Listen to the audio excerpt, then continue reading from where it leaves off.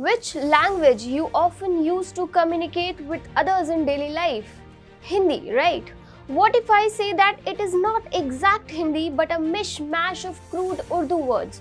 Yes, you hear it right. While you may think that you are using Hindi as a language to communicate, you need to keep in mind that the language we use as Hindi is actually its Urdufied version. Hi and welcome to TFI English, the national socio-political analysis arm of the TFI media group. I'm your host Tanya, and in this video I'll tell you more about Urdufication of Hindi. Let's begin. Mughals and their rule over India have created a legend of wooden sepoys that still adhere to their epoch ideology. Like an amoeba eating its food, the Urdu fanatics wanted to gobble up Hindi. Perhaps it is the reason why one sees Hindi being a mishmash of crude Urdu words in the current time. There were many dialects spoken in northern India like Awadhi, Braj, Bhojpuri, Maithili, Khadi Boli, etc. However, when the Persian rulers established themselves in the seat of power in Delhi, the local lingo there was called Dehlavi.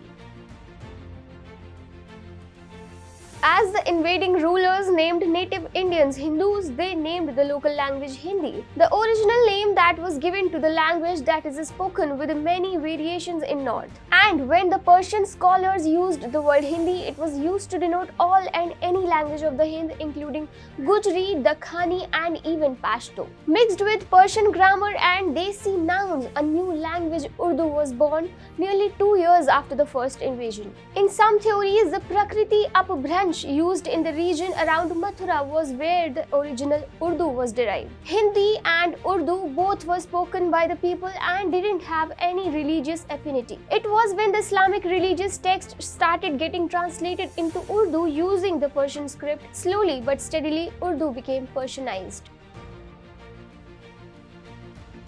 As established earlier, Urdu is not a proper language but rather a dialect that has been confined to one type of community. The original meaning of Urdu is the language of the camp, that is the language which was spoken by most of the Turkish invaders of that time. In nutshell, Urdu is nothing but a mixed match of Persian, Turki and Arabic vocabulary woven in the Hindustani grammar structure.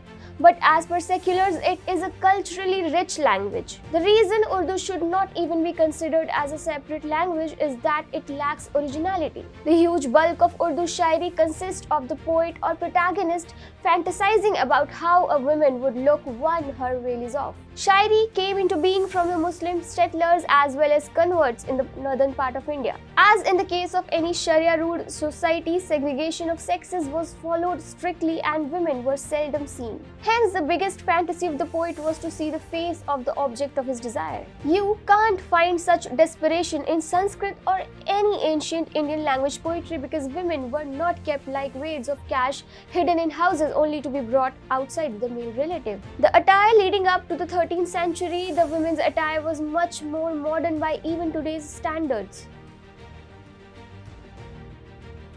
As the British imposed their English language, Islamic sympathizers attempted to impose Urdu on our country. The freedom struggle of independent India from the Nizam Shahi of Hyderabad was not only political but also cultural. Hyderabad back then used to house major populations of people speaking Kannada, Marathi, Telugu and Hindi. If not directly, then indirectly everyone was associated with the Hindi language somewhere. But Nizam Shahi forcefully imposed Urdu on them in his quest to eliminate and replace any non-Islamic culture. Even when the issue of official language was being discussed within the Congress, Jawaharlal Nehru proposed using Urdu as the official language for Delhi and United Provinces. But Govind Ballabh Pant, P.D. Tandon, K.M. Munshi, etc. aggressively opposed his proposal and Nehru was forced to retreat rather reluctantly. The Urdufication of Hindi has been a gradual process. However, with the advent of social media and the increase in awareness, people are reclaiming their language and making sure that the Islamist and British apologists do not dilute the language of gods.